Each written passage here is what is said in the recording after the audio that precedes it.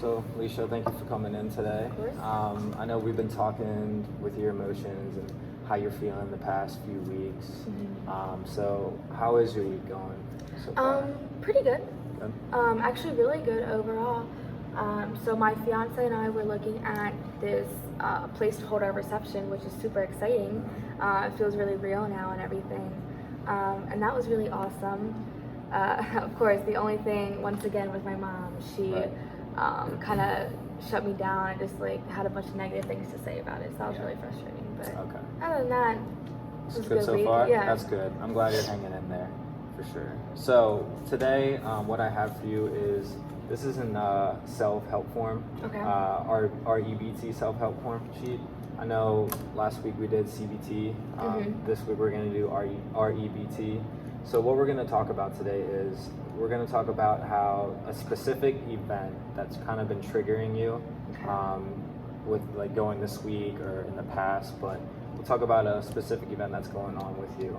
And then after that, we're going to come down to the emotions, the emotions that you've been suffering with your event and what's going on with you. Okay. And leading on to that will be the behaviors, the unhealthy emotions going into the behaviors, and like how the emotions are making you feel or how you're reacting to it. Yeah. Okay. So after that, we'll come down to your irrational beliefs.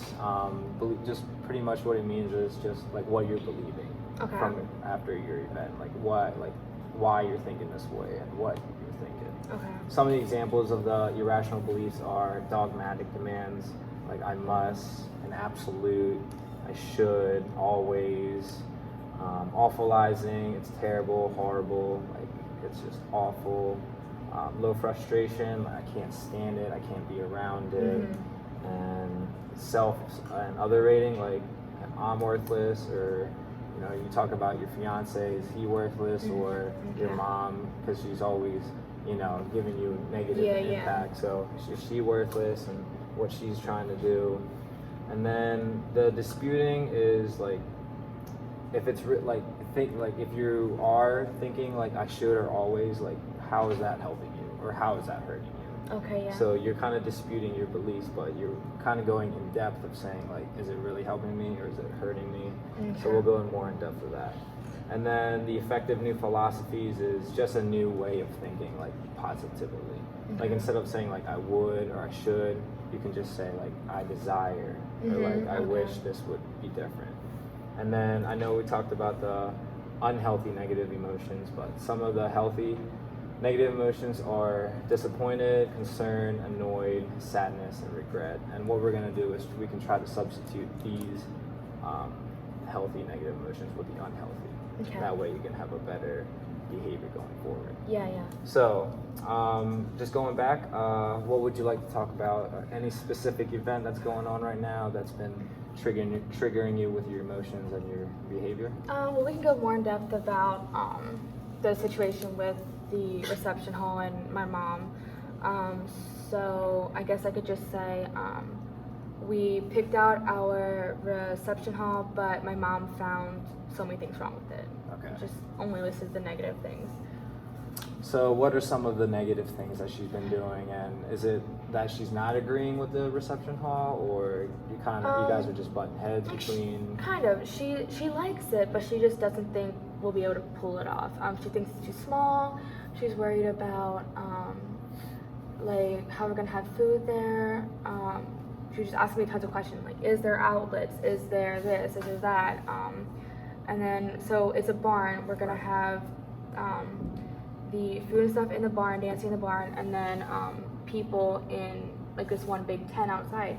And she was just like really confused. She was talking about lawsuits for some reason if someone get hurt, just saying all these negative things instead of, oh, congratulations. But just trying like her to be more supportive Yeah. and actually like saying things that's going against you. Yeah. So what are some of the emotions that you've been feeling with your mom kind of just asking you constantly questions and not realizing like she should be giving you support or anything? Well, loads of anxiety. Okay. Unfortunately, she's often the cause of a lot of my anxiety. And because then I say, oh, well, what if this? Right. And lots of high frustration with her, just because, like, why can't she just say one nice thing? Right. Maybe some hurt, because it hurts me that she comes off as not supportive. Probably anger, that kind of goes along with the frustration too, yeah.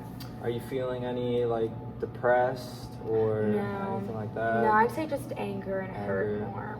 Do you feel a shame? Like, shame you didn't, like, try to bring your mom in the picture with, you know, you're planning your wedding and everything? Like, do you wish you would, like, have her do more, or any shame with Not that? with this situation. I did at first, not with this situation again, but with, like, everything with the wedding, I did at first feel, not really shame, but more like guilt. Guilt, okay. That I had to, like, disclude her from some things because of, I know that the way that she acts a lot, but I don't really feel guilty about that, because I know that I need to keep myself healthy. I don't want to be feeling these emotions all the time, and I also don't want to not have what I want in my wedding, so I don't feel guilty anymore. Right. Yeah. So definitely anxiety and frustration. Mm-hmm. Do you want to go more in depth with that? Is there anything specific that you're angry about? Like, is it more of like your mom being controlling, or is it just more of your mom trying to tell you what to do throughout the process? She's not really, like, telling me what to do or being controlling. She's more just only saying negative things. Right. And then frustration, because it's like, why can't you just say something nice for once? Yeah. Anxious because, like I said, well, what if her, like, she's right, you know? Right. And I can see how that's frustrating for sure, Yeah. because like it is your wedding, it's your big day Mm-hmm. with your fiance, and I know you want everything to be special and perfect. And Yeah. I can definitely see how it's frustrating when your mom's trying to, you know, plan your whole wedding without, Yeah. you know, asking you for some feedback. Mm-hmm. So what are some of the behaviors like leading with your emotions? So you said anxiety and frustration. Is there anything or any behaviors you've been acting with those emotions? Like anything towards your mom or your fiance? I've when this first happened, I really, like, I just cut myself off from her. I did not want to go into it, mostly because I didn't want to, you know, say anything hurtful, but also because I didn't want her to say anything hurtful to me or make the situation worse by saying more negative things. But yeah, I did not talk to her for a couple days. Okay. And do you think that was, you know, did you feel any bitterness with that, or was it kind of just the best decision that you had to do for yourself to kind of just shut your mom off for a little bit, so that way you can regather your thoughts? I don't know, kind of, it could be good and bad.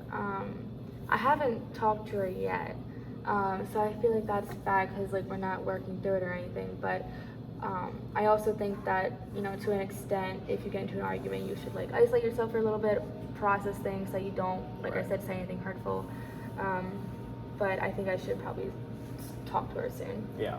And what about your fiance? How has he been handling, because I know it's both your guys' big day, how is he handling, like, is he seeing how your mom is controlling with everything? How is he reacting towards it? Well, she's always done this. It hasn't just been the wedding, but he's never really seen it before, and now he's starting to see it because she'll, like, say these things in front of him, and he's so patient, but he's really starting to get angry and frustrated with her because not only does he see how she's hurting me, but also pretty much like we've been talking about, it's like she needs to be more supportive. Right.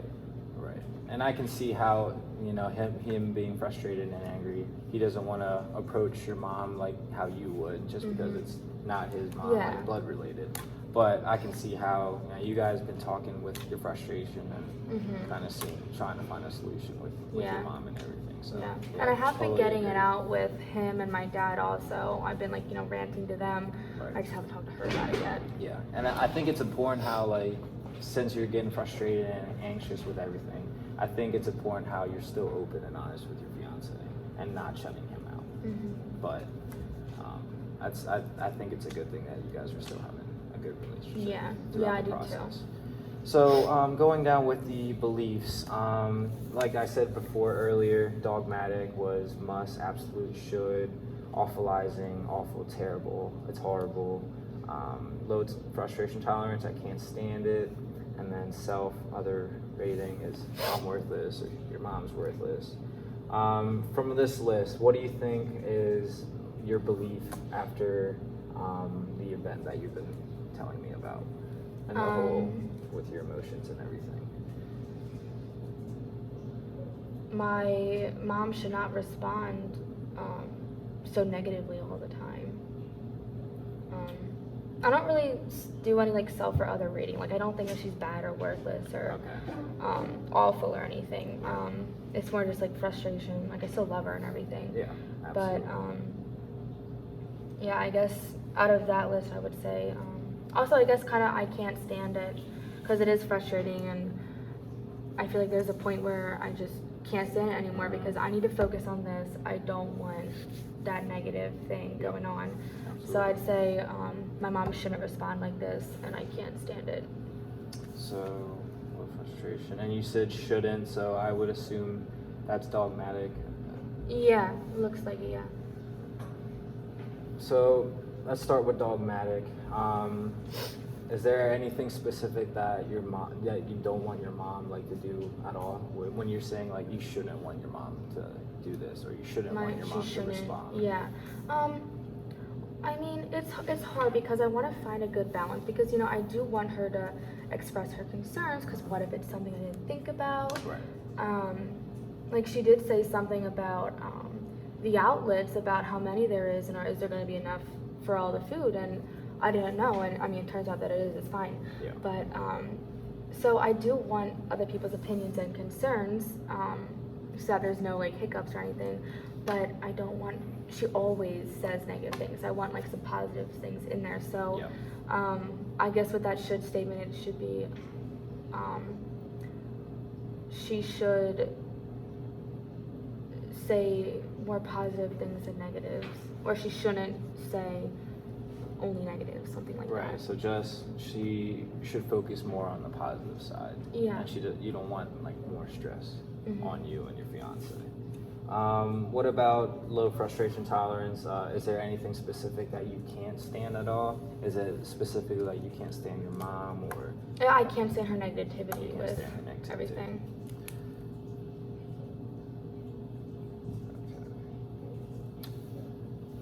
So going on with your beliefs and what I'm hearing, how do you think the way that your beliefs is it helping you? Is it hurting you more? Is it making you more stressed, anxious, more frustrated? How do you think your beliefs is? What are the I guess my question is, what are some of the benefits that you can take away from your beliefs? Well, I mean, there's really not a lot, because they're not really good statements. So, I mean, I guess if I had to make a benefit, it could be with the should statement where my mom should say more positives. Like, that would make me feel better. That would be a benefit of that change. And I would hold my mom to, like, I don't want to say a high standard because it's a normal standard. Like, people should say negatives and positives. So, I don't know, there's really not a lot of benefits with those beliefs. Yeah. And then like some of the questions here, like, can I really not stand it? Like you can, I guess, like when you are feeling like you, if you actually can't really stand it, like just continue to like ask yourself, like, is it really that bad? Like, can I really not stand it? Or is the situation that's going on, is it really helping me? Is it really hurting me? I mean, I know I can stand it because obviously, like, I'm alive. Right. And like you've gone through like how many days like of planning already? You know what I mean? A Like lot, yeah. You made it through those days of planning. So obviously you've been hanging in there and you're doing some things right. Yeah. And I'm sure like some of the stuff that you have been planning is set in stone. And you know your mom's opinions hasn't changed any of the stuff that's set in stone. So I guess just think of some of the more positives and like beliefs of like what you can get out of it. Yeah. And not kind of just letting your mom's negativity impact your decisions. So the next step would be the effective new philosophies. So so I know your statement was like I should like not let my mom respond negative. Or she shouldn't respond. She shouldn't respond negative. Yeah. I guess a new effective way you can say would be, I want my mom to respond more positive than Yeah. negative. Okay, Instead yeah. of saying, like, I should not want my mom to respond negative. And then, like, I can't stand it. You can say, you know, I don't like it, or I don't like it, but I can stand it. And just think of the, you know, the stuff that you already have planned.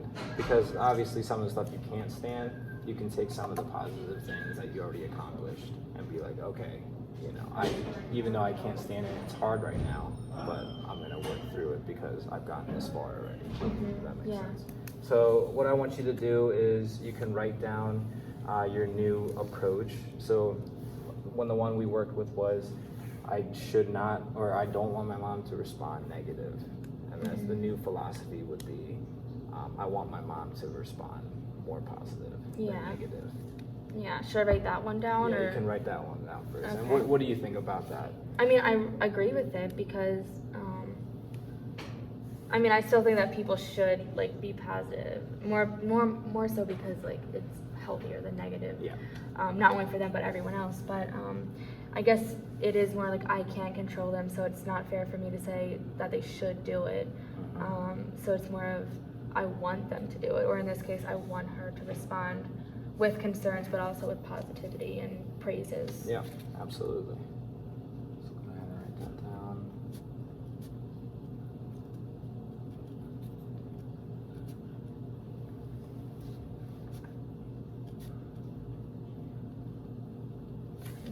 Okay, and then the second one we went over, you said for the low frustration tolerance, like I can't stand it. I can't stand my mom's negativity. A better approach going with that could be, you know, I don't like my mom's comments. I don't like her negative impact, but I can stand it because I'm willing to accept feedback. Because I know from previous, you told me that you want feedback from other people. Yeah, I do. Because you might miss something, or you're kind of just keeping an open mind. And so I guess you could say, I don't like my mom's impact, but I will keep an open mind for her opinions. Yeah, and I mean, like I said, I know I can stand it. It is just more frustration, and like annoyance. But yeah.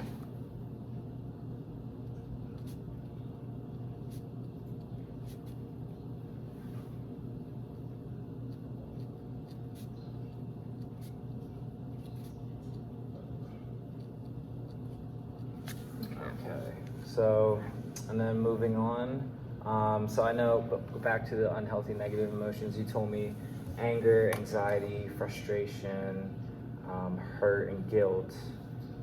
So those are the unhealthy negative emotions. Look into the healthy negative emotions: disappointed, concerned, annoying, sad, regret. What do you think some of the healthy negative emotions can replace some of your unhealthy emotions? Disappointment is a better one instead of like anger or hurt. Just disappointed that she didn't respond in a better way to me. And then I obviously change high frustration to moderate frustration, where I'm just like, I'm frustrated and like upset that she did this, but you know, I'm not gonna just like want to shake her and be like, why did you do this? Right. And it's like, it's important to have these emotions because obviously it's normal to be disappointed. It's normal to be annoyed and sad because you want your wedding day to be as perfect as it can be. And having your mom just breathing down your neck constantly and asking you questions and not realizing like the positive things you've been doing can really impact like how you are leading up to your day. So it's important to have, you know, these emotions, but it's also important to try to have a healthier way and a healthier emotions rather than being anxious or anger. And I know it's obviously you're gonna be angry because of how your mom is reacting, as I'm hearing, but it's also important to keep an open book and keep open-minded to hear out what your mom has to say, because you know, maybe a better way of thinking is like, instead of like your mom, like thinking about your mom like getting mad at you or giving you negative comments or impact, you can say like, oh, okay, maybe she's trying to help you because Yeah. she's trying to take a load off of you. Yeah, I know she is trying to help. I know she comes from a good place. But yeah, it's hard to sometimes recognize that because the way she words it, or like I said, the negatives outweigh the positives. Right. So yeah. Yeah. Yeah, but I understand that. Yeah, it's very easy to have the negative to outweigh the positives for sure. Mm-hmm. But how are you feeling with how's it feel to see like writing your emotions down or some of the beliefs that you've been like thinking? Is it weird to see like what you've been going on through and like how you've been reacting like on paper? Working through it is kind of eye-opening because when you're going through it, like you don't feel good, but you don't necessarily think about, oh, I feel anxiety, anger, hurt. Like you don't really think about, you just know you don't really feel that good. Yeah. Unless like you're angry and yelling at them. But anyway, so it's eye-opening that just identifying what I was feeling and how I responded, and then how my statement wasn't really accurate. And Right. yeah. And so you said disappointed with anger. Instead of getting angry with your mom, you can just tell her like, hey, like this is really making me upset, and I'm like disappointed that you always seem to have a negative impact. So that's I guess I can see that's like a better, healthy approach to it. And you told me moderate frustration instead of high frustration. I know like a quick high temper can also lead to some of the behaviors that you don't want to see. So I guess moderate, and it's normal to have moderate frustration because like you're frustrated because things aren't working. Yeah, things aren't working out. But and then so we'll go back to your behavior. You said earlier you said you cut your mom off.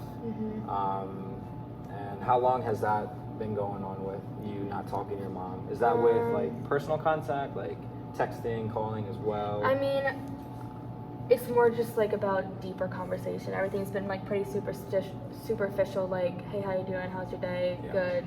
And that's like it. Yeah. I haven't like gone in depth with her or like told her about either this or anything else really. Gotcha. So I guess like a healthier like behavior with cutting your mom off is, eventually when you're ready and when she's ready, I guess you can, just open up to her and say like how you're feeling, because maybe she doesn't know how you're feeling throughout the whole wedding process, or seeing how much anxiety you have or frustration you have. So it's obviously important to like tell her how you feel and like express how you feel. Then maybe that will trigger her and be like, oh, okay, that's just how she feels. Maybe I should have a different approach as well coming through to you. Does that make sense? Yeah, because I do value her opinion. Yeah. And you told me you value her opinion, also probably your fiance's opinion too. Of course. I think you're doing like a good job, and you're on the right track of being an open book, having an open mind to receive. But yeah, that's good so far. So how do you feel like coming in here and kind of talking about your emotions and everything? How do you feel after you saw this? I mean, like I said, it was nice to see my emotions kind of like laid out like that. And I also kind of feel, I guess, more confident in talking with her again, just, realizing like, okay, I know that she might, it is just her way of trying to help me. And I know that she is just trying to help, and her way of helping is expressing all the concerns before she like says any positive things, but just being more aware of that. Yeah. She's trying. All right, I think that's all I have for you today. A good reminder is if anytime you are feeling like these emotions again, like you're feeling anxious or anxiety, this sheet I'll let you have this copy of the sheet, and you can just look over what we've been talking about, like your new philosophy and your new approach. Just a reminder of like if you are feeling that way, then you can just remind yourself and read these, like, okay, we talked about this, and this is how I want to have a better approach. Yeah, because this all makes sense, like changing your mind. Yeah, exactly. And then just refer back to the healthy negative emotions, and like the ones that you told me that you were gonna substitute for, and kind of just let this be a reminder for you. Yeah. So, all right. Well, thanks for coming in. I'll Yep. see you next week. Thank you very All much. right.